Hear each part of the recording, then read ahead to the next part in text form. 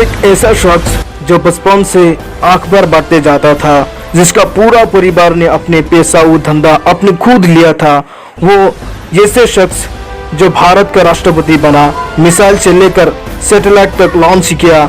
ये है the missile man of India, APJ doctor Abdul Kalam Azad. आइए सुनिए, हमारे देश में ऐसी एक शख्सियत का जन्म हुआ था जिसने राजनीति और विज्ञान के क्षेत्रों में हमें बहुत कुछ दिया है, और उनके दिए गए आविष्कारों से आज भारत ही नहीं बल्कि पूरे विश्व उन पर गर्व करता है। उस शख्सियत का नाम है एपीजे अब्दुल कलाम। विज्ञान के क्षेत्रों में हमें बहुत कुछ देने वाले इस शख्सियत का जन्म 15 अक्टूबर 1931 रामेश्वरम, तमिलनाडु में हुआ। अब्दुल कलाम मुस्लिम धर्म से थे। उनके पिता का नाम जलालुद्दीन था, जो नाव चलाते थे, और उनके माता के नाम असीम्मा था। अब्दुल कलाम का बचपन बहुत ही संघर्ष में गुजारा, क्योंकि ये गरीब परिवार से थे और ये बचपन से ही पढ़ाई के साथ साथ काम भी करते थे। जिस प्रकार अखबार बांटने के लिए किसी को काम पर रखा जाता है, उसी तरह अब्दुल कलाम भी बचपन में अखबार बांटने जाया करते थे ताकि वो अपने परिवार का खर्च चला सके। अब्दुल कलाम में बचपन से ही कुछ नया सीखने की जिज्ञासा दृढ़ थी। वो पढ़ाई भी करते तो पूरी लगन के और जिज्ञासा से क्या करते थे, चाहे उनके पास कैसा भी समय है। अपने स्कूली शिक्षा के पूर्ण होने के बाद, जैसे कि अब्दुल कलाम की रुचि विज्ञान में थी, तो उन्हें भौतिक विज्ञान के स्नातक करनी थी। उसके लिए उन्होंने तिरुचिरापल्ली सेंट जोसेफ कॉलेज में दाखिला लिया और 1954 में उन्होंने स्नातक की पढ़ाई पूरी कर ली।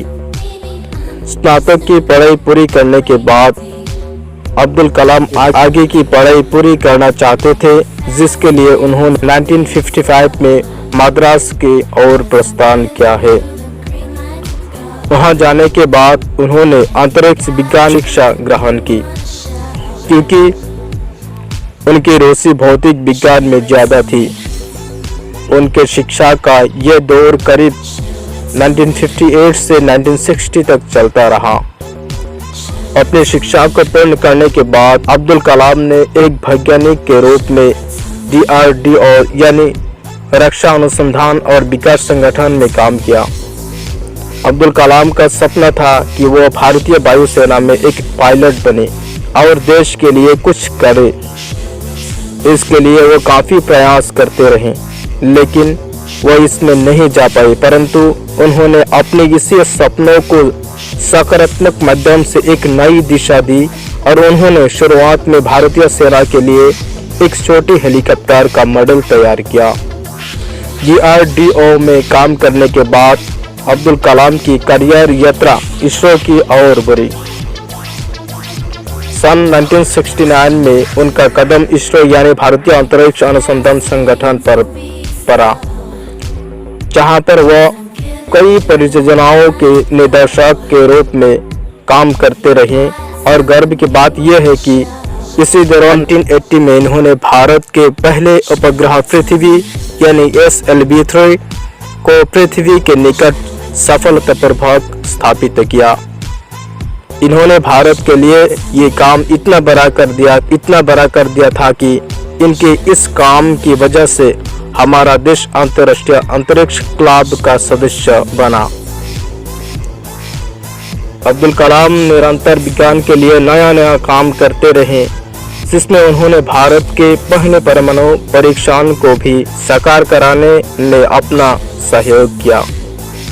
इतना ही नहीं, उन्होंने नासा ने यानी national aeronautics and space administration की यात्रा भी की। अंतरिक्ष के क्षेत्रों में भारत की इतनी तरक्की दिलाने से भारत सरकार द्वारा 1981 में इन्होंने पद्म भूषण से नवाजा गया। सन 1982 में उन्होंने गाइडेड मिसाइल पर कार्य किया।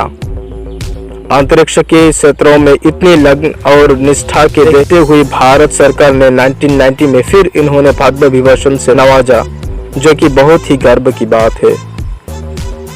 अब्दुल कलाम आज़ाद को रक्षा मंत्री के विज्ञान के सलाहकार के रूप में चुना गया, जिस पर वो 1992 से 1999 तक रहे। इतना ही नहीं, इस कार्यकाल के मध्य में यानी 1997 उन्हें भारत रत्न से नवाजा गया। इसी तरह योगदान देते हुए उन्होंने आगे भारत के दूसरे परमाणु परीक्षण के सफल बनाया।